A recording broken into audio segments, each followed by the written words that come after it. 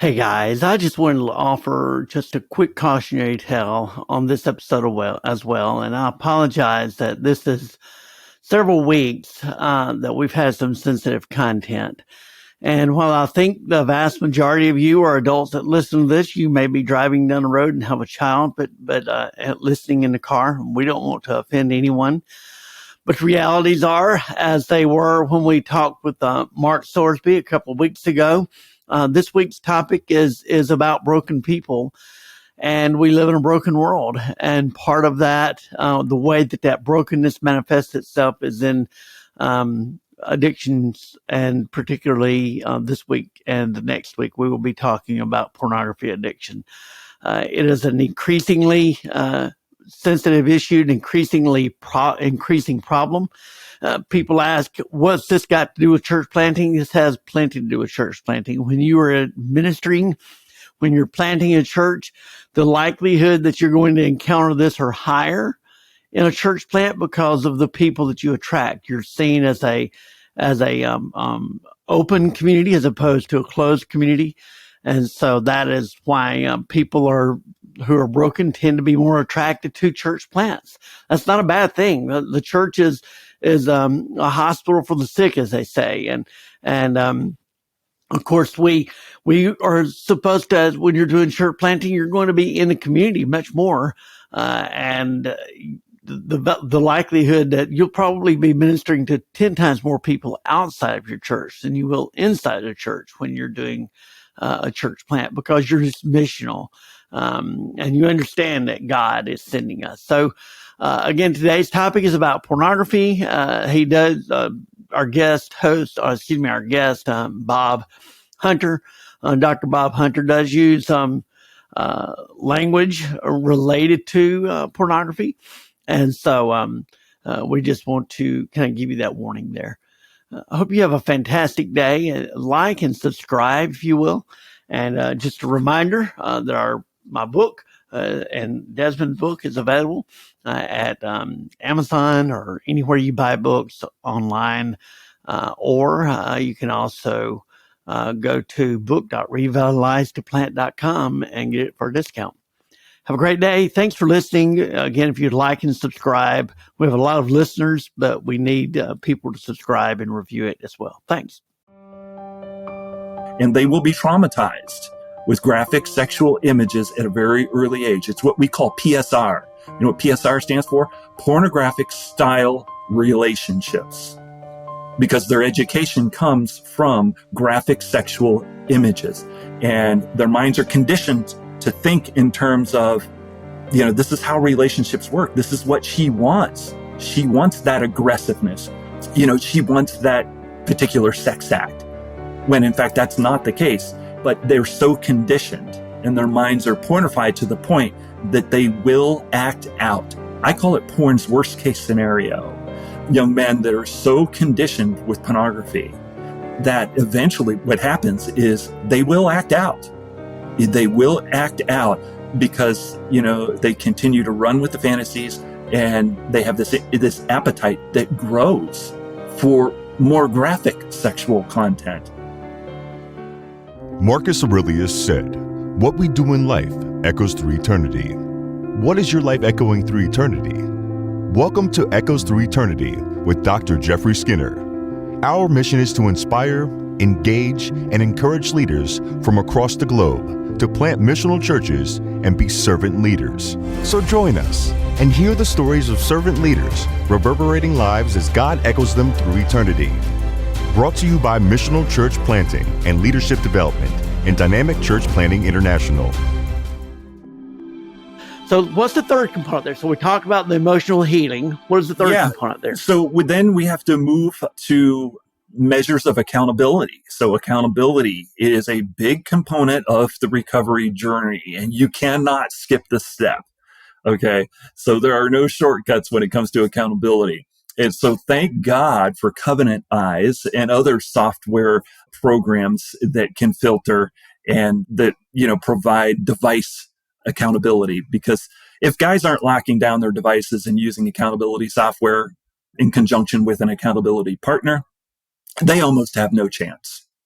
And it's no kidding. I mean, I've had guys come to me, well, I've tried everything and I just can't beat this. I can't overcome it. And I'll say, well, wait a minute. Have you locked down your device? Have you deleted apps? What are you doing on social media? Do you have any accountability software? No. Well, okay, then you haven't done everything. Okay, this is a very simple step. You need to download the software and have that accountability built in. And there are other forms of accountability, whether it be meeting people in person or you're part of a healing group. And that's vitally important as well. Maybe it's Celebrate Recovery. Maybe it's some other type of healing group where there is weekly accountability. So accountability, big component of the recovery journey. And it's just a step that you cannot skip. There are no shortcuts here. But and accountability can look a lot of different ways. I'm certainly an accountability partner to a pastor that has had, struggles in this department. And so we talk about this, and I receive his covenant eyes, his partner. So I receive the reports. I see the screenshots. I know where he's been on the internet. And look, if guys are struggling with pornography and they don't have accountability and they're not locking down their devices, they don't have a chance. They do not have a chance. So this is a big one. Yeah, and I'll say this too. Now, you may or may not agree with this, but your spouse is not your accountability partner. No. In fact, there's a lot to be said here when we've learned this over the years. No, she doesn't need to have a play-by-play, report or rundown of all of your activities. That's between you and your accountability partner. In fact, when guys first come to me and they say, I've blown it, I'm trapped, I'm stuck, I'm in bondage. And if they're married, I'll say, okay, what I don't want you to do is to go home and spill this and tell your wife and reveal it all. Don't do that. Give this some time. We're going to develop a plan of recovery, and we're going to talk about some ways in which you can get set free. And then at the appropriate time, you can present this to your wife, say, yes, I have sinned. I have been addicted to pornography, but this is what I have done. And this is my plan going forward, because it gives reassurance and it helps heal that betrayed heart. So there's the right way to approach this and the wrong way to approach this. And we don't want guys to just go and blow up the marriage. I had a porn addiction, and man, now I'm beginning to act out. And this is, you don't want to traumatize, is the wisdom on this. And this is something that Pastor Ted so beautifully taught. Like, we'll help you develop a plan first. But again, sometimes guys are just getting busted. And then what do you do? She walks in on him and he has things up on his laptop or his device, or you get busted at work. I mean, I know guys that are IT managers and they're busting employees. And what are you going to do? You got to go home and you got to face the facts. So accountability, make you or break you on the recovery journey. And it's a good thing. It can be done redemptively and gracefully. And it should be. That's a part of what we do in the local church. Yeah.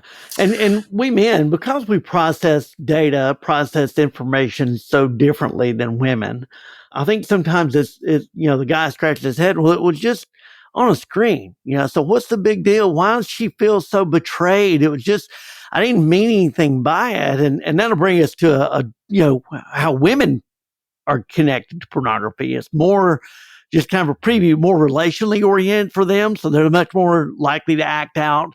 When I say act out, have multiple partners, have affairs, things like that. And they tend to want to chat where guys just kind of want to look. But for them, it's the equivalent of a full-blown affair for the woman because of the way they connect. They don't understand just a visual connection. They think it's an emotional connection there. And that's why it feels like such a betrayal to them. Yeah, absolutely. And, for a lot of guys, the porn thing is all about the orgasm. And for women, it's not just that, it's other things attached to it. And that's where, porn lies to us, because it's all about the orgasm. It has nothing to do with the actual relationship itself. It's, porn kills love. is a really good way to look at this. Yeah. Well, this is the second episode that we're going to put a PG rating on. yeah. Well, I was going to say up front, if small children are in the room or nearby or within earshot, probably shut it down. Yeah. I'll and make sure I record a warning. This has been one of my, again, this has gotten me into trouble, and I have suffered criticism for speaking out on this topic. And at times I've made the mistake of being too graphic, and that's been problematic. So I've had to learn to dial it down and make sure the audience is appropriate. But anyway, moving right along here, we've got the fourth component, which is spiritual devotion. The recovery process is it's a spiritually transformative journey for a lot of guys. It really is the sanctifying of the soul, the purification of the heart. Now, this is where some Christian leaders put all of their eggs in one basket. Their strategy is basic to defeat porn, to overcome the addiction is basically amounts to ramped up Bible study and prayer. We need to get men delivered. We just need to get them delivered. So we need to pray. We need to anoint them. And I think there's value in that. I absolutely do. In fact, the reports that I'm getting from the Asbury revival firsthand are this: young men are confessing to pornography, and it's happening on a big scale. That is wonderful. We want to see spiritual devotion, confession, and deliverance. But here's the problem with that, Jeff. For a lot of churches and Christian leaders, they put all of their eggs in this one basket, and they neglect education. They neglect accountability. They neglect emotional healing. Well, guess what? I want men to be delivered too. And the spiritual component is vitally important. We need to break the bondage through prayer and devotion to God. But we also need to embrace some of these other things that God has ordained. Now, I've seen many guys fail here. They say, I read the Bible, I went to the altar, I had just real breakthrough in prayer, and I just know I'm delivered from this. And 6 months later, guess what? They're not delivered because they didn't have the courage, or, they didn't have the support to assemble some of the other pieces that are needed in the recovery journey. So I'm thrilled that young men are devoted to God and the Bible and the Holy Spirit and deliverance, but you may still end up with a habit. And we need to make sure that these other vital areas of recovery are addressed. So spiritual devotion and deliverance is a big component, and churches need to be about that. But again, if there's stigma, and this is off limits, your pastor doesn't want to talk about it, Christian leaders in the church really don't want to deal with it, then nothing is happening. I mean, literally in a lot of churches, absolutely nothing. They're flat effect. Nothing happens when it comes to addressing the issue of pornography, sexual addiction, and very, very sad. But for the churches that have had the courage and boldness to step up, in many cases, they put all of their eggs in this one basket. Yeah. Christian leaders everywhere are talking about Revitalize to Plant. Written by Drs. Desmond Barrett and Jeffrey D. Skinner, Revitalize to Plant is more than a philosophical approach to church planting and revitalization. The authors have experienced the crucible of leading in the trenches of ministry. It's gritty, practical, and most of all, recasts our vision and understanding of church planting and revitalization. Revitalize to Plant, now available on Amazon or revitalizetoplant.com. That's revitalizetoplant.com. The last resource you'll need to bring new life to your church.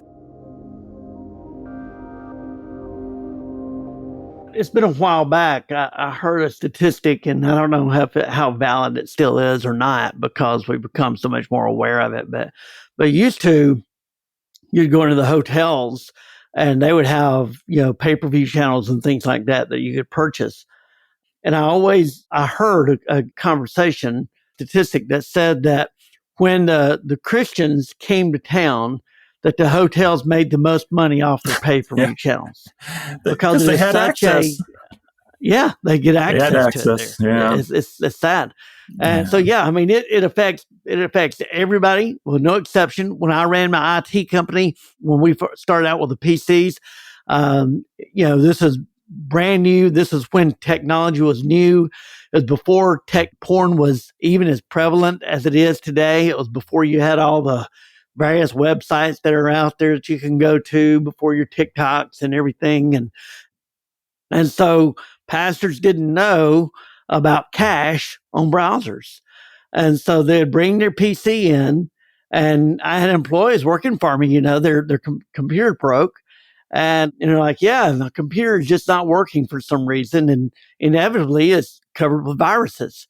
And the reason it's covered with viruses is you get in there and they've been to some not so good sites. And these were pastors a lot of times that were bringing their computers in.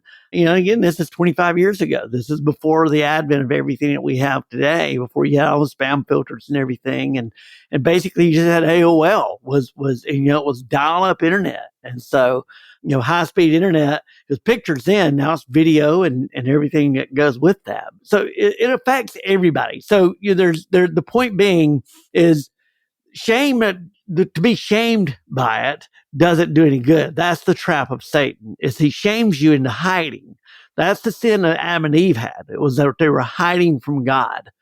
God's not going to heal you as far as you're hiding. The accountability portion is where that comes in, and confessing that to a friend, and you get that spiritual component in there as well. And don't just, over spiritualize it. That's what we tend to do sometimes in Christian circles, is over spiritualize it and say, that God can do this. Look, my wife's father was an alcoholic. Now we're talking 60 years ago. He went to the altar and he prayed. And when he got up from the altar, he testified he never had another craving for alcohol or cigarettes when he got up from that altar. We're not denying the power of God to miraculously deliver someone from this thing, but more often than not, it is a partnership with God, which God gives us other mentors and friends and pastors and loved ones around us to help in that journey, as opposed to just an instantaneous deliverance. Yeah, I don't trust it. I don't. When guys, testify that, went to the altar, had a spiritual breakthrough. I mean, it was just this powerful moment with the Lord. Well, I believe that you did. I really do. But I also want to support you and make sure that you have the tools that you need to succeed long term. How can we support you and sustain that deliverance? So there's real wisdom in that. And sometimes I think the church just hasn't been, very attentive to some of those needs. And also I would just say, as far as online access, especially as it pertains to young men, if you have a teenager and he has Twitter, if he lifts the sensitivity filter on Twitter, it's basically a Pornhub channel. Okay. Yes. You lift the sensitivity filter on Twitter and it's basically a Pornhub channel. On TikTok, I'm not on TikTok anymore. I used to post video content there, but it's a cesspool over there. Anyway, as far as TikTok is concerned, as soon as you consume any content that is sexual in nature, where there's innuendo or suggestive things that are said, and supposedly they're supposed to have community guidelines that enforce that. But believe me, a lot of stuff gets by the filter. As soon as you consume it, the algorithm picks up on what you're consuming and gives you more of it. And before long, your feed is filled with sexual content. Young men. We're talking young men that have TikTok. I would not have my teenagers. No way. You are not going to be on TikTok. Now, my boys are grown now. But nonetheless, just so parents understand what's at stake, unsupervised usage of social media platforms is tantamount to failure. And they're going to get a sexual education like no other. And they will be traumatized with graphic sexual images at a very early age. It's what we call PSR. You know what PSR stands for? Pornographic style relationships. Because their education comes from graphic sexual images. And their minds are conditioned to think in terms of, this is how relationships work. This is what she wants. She wants that aggressiveness. She wants that particular sex act, when in fact that's not the case. But they're so conditioned and their minds are pornified to the point that they will act out. I call it porn's worst case scenario. young men that are so conditioned with pornography that eventually what happens is they will act out. They will act out because, they continue to run with the fantasies, and they have this appetite that grows for more graphic sexual content. And it does lead to acting out, whether that is acting out in subtle ways or they're engaging in physical contact and it's aggressive in nature. And they're basically, in subtle ways, they're acting out what they've seen. It's very, very sad, very sad. So just a word of caution there. But let's hit that last point there, and then we'll wrap it all up and put a bow on it. And again, if you're listening out there, thank you for being patient with us. And we really hope that this is helpful. But our goal is to equip you and empower you as a leader. The final component of this multi-pronged attack plan that I've spoken of is actual willpower. And it really comes down to this: is how bad does he want to be free? How bad do you want it? Now, I've known guys that have struggled for years and finally cracked the code and experience freedom from sexual bondage. So what made the difference? I often wonder, what made the difference here? And sometimes it's just as simple as they finally resolved to get free. And it was sheer willpower. And sheer willpower does count for something, because we know that, because Jesus touched on this in John chapter 5 when he asked the question, do you want to be healed? Do you want to be healed? How bad do you want out? And, the fact of the matter is, Jeff, a lot of guys that are consuming pornography actually don't like it. But because of the highly addictive nature of it, they feel totally stuck with the problem. And that's where the pain point enters in. And oftentimes with guys, when the pain level gets high enough, then suddenly they're motivated to do something. And I've seen it in guys. They maybe stumbled across some pornography that was really aggressive, really demeaning towards women, or just really disgusting. And it just literally breaks them. I've had them describe it to me. And then that's the motivation they need to get help. If your motivation is you got busted, oops. Yep, there you go. Oops, there you go. That's where I was she about busted to go. you got busted at work. If that's your motivation, oftentimes not enough. Yeah. Not enough. You have to want exactly it. What I was you have about to say. want it so badly. And when you do, the guys that really, really want it, they may stumble. They may stumble with accountability measures. They may stumble through the emotional healing process, but they won't give up.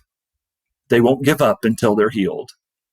And that's the beauty of sheer willpower, just wanting it bad enough. And so this component is, we should not underestimate the power of the will. And certainly Jesus, had weighs in here heavily. Do you want to be healed? Do you want it? Yeah. And part of that means avoiding your triggers, a willingness to avoid those triggers, a willingness to subscribe to the accountability, the willingness to put the safety measures of software on your laptop or on your desktop computer or on the phone. I mean, and they have it for all three platforms now. That's what we're talking about. Willpower here is it's just, we're not saying white knuckle it. That's not what we're saying. We're not saying that it's just a matter of willpower and you're breaking free. Don't hear step number 5 and forget spiritual awakening, a spiritual resolution, the spiritual depth, and connecting to God, the Bible study, all prayer, all those things are important. The Christian community, accountability is absolutely important. You've got to have that accountability. But and so all this feeds into that willpower that you're talking about. Is just a willingness to let go, a willingness to let go of our power and our control. And a lot of times that's where the studies I read on pornography, they relate to two things besides medicating ourselves. They relate to fear of intimacy. And so it's easier to, have a picture or a video or whatever, as opposed to being vulnerable. And so that relates to control and power. So you've got the control and you've got the power as long as you're doing that and it's just a solo activity. Or even if you bring your partner into it, that's still you guiding that activity. You still have that power and control. And I'll just say this, that on the other side of it is a freedom that and a return to the intimacy that they have with their partners. Is just, I hear the guys' testimonies all the time about how their relationship was renewed, their marriage was on the verge of a breakup, and they got free. And just the return to intimacy with their wives, their spouse, and a partner, because it does affect women as well. 17% of all women confess to, not, excuse me, 19% confess to using it. 17% confess to using it at work. Anyway, it's such a great topic, Bob, and I will put a PG rating on this for those ahead of time, just to let people know so they're not shocked. Do you want to grow and multiply your church? Perhaps you need help launching a new church, or even a Christian ministry like a coffee shop or something else. Do you find yourself struggling just to recruit volunteers week after week? Is your church in need of new life? Maybe you're fresh out of seminary and the organizational leadership called you with an opportunity and you realize that opportunity needs a fresh start. Or perhaps you're a church planter. You've been going it alone for a while now and you're exhausted, lonely, and doubting your call. We understand. Church planting, launching a new church is hard. Missional Leadership Coaching is here to help. Go to missionalleadershipcoaching.com and click on our free offer to get started today. That's missionalleadershipcoaching.com. We look forward to helping you. Yeah, so just to wrap it up and put a bow on it, I don't want to leave too many loose ends here. So if you do have the off-the-scale willpower that we like to see in men, but you don't have education and accountability, your chances of experiencing freedom dim. Suddenly, your chances are not as bright to get free. Same thing. If you have intense times of devotion and disciplined prayer, but you don't have the emotional healing and education, that's a setup for eventual failure. So, same thing. If you have education and even some accountability and emotional healing, but you don't have the personal motivation and willpower to give it up, that's probably not going anywhere in it either. So my theory is this: men who recover and crack the code have assembled enough of the components. They've been able to put it together just enough to beat this thing. And for every guy, it's different. Some need more spiritual devotion and deliverance. Others need more education and accountability. Others need more emotional healing and therapy. It's always a unique combination. I never know exactly how, men are set free until, they tell their story. And it's fascinating to me because these guys all have a different story, and it's different levels of each of the following components, and even some stuff on the periphery, like supportive family. Maybe they had to change their work environment. Some guys just have to change their work environment because it's so X-rated that it's better for them to just move on and save their soul than stay in that environment. So there's other things on the periphery, but it's a synthesized solution. It's just so rare that I hear a guy say, I prayed real hard, I had a spiritual breakthrough, and bam, I was set free forever. It does happen, but really rare, really rare. So I hope this whole conversation has broadened our perspective and that we'll maybe integrate more completely and bring about a better solution for the church that ultimately yields men who are set free and an asset to the local church instead of being a liability. Because guys that are addicted to pornography in your church, they're actually a liability to you.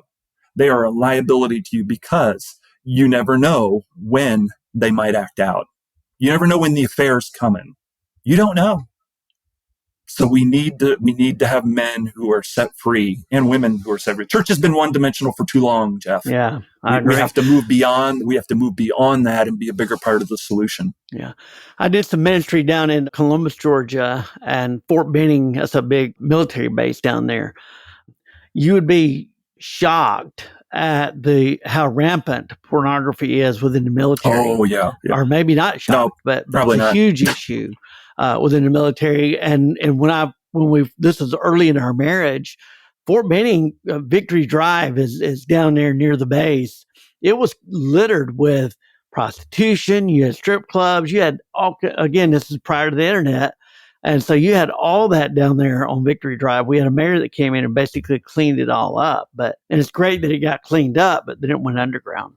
And so, if you have a soldier, if you have a husband who's in the military, pray for them, understand that they're surrounded by this stuff every day. And it's an unspoken issue, but it is just because we don't talk about it doesn't mean it And there's a doesn't couple exist. of go-to sources that I would kick out to Christian leaders and pastors. One is the Conquer series by Dr. Ted Roberts. Very well done, communicates very well to men. It's a DVD series. You can access it online. And then Doug Weiss, Dr. Doug Weiss, Weiss, has a series called Clean.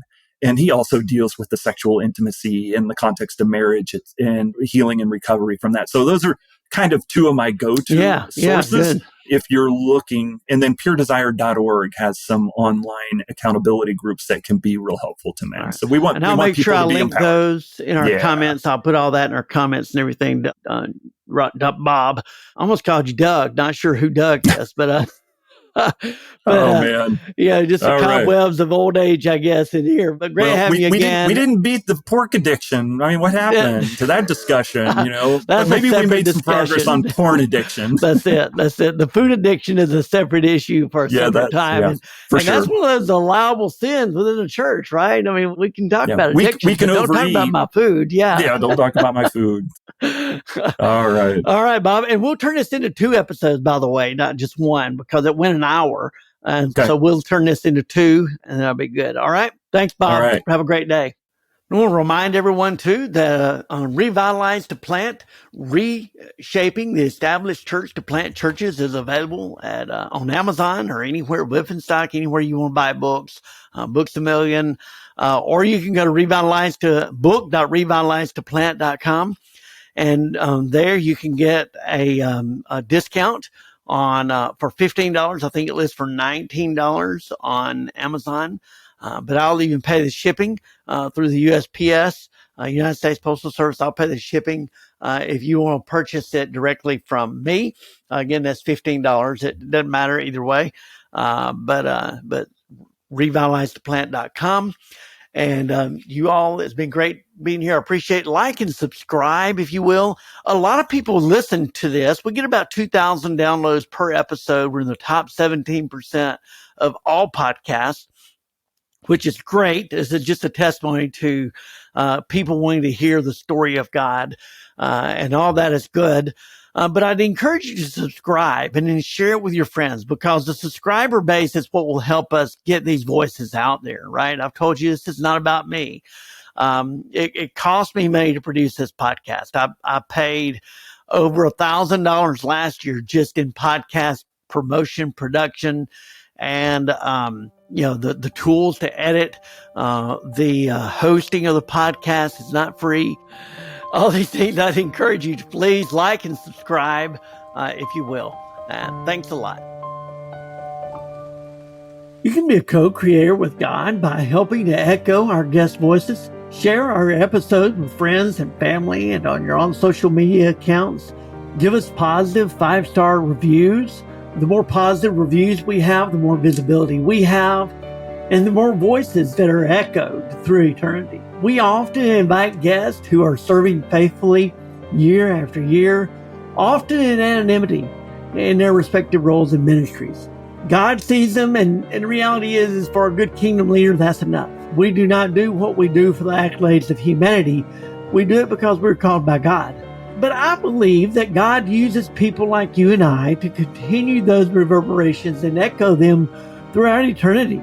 You can partner with God by liking, subscribing, writing a quick positive 5-star review, and again, sharing those voices with friends and family and on your own social media accounts.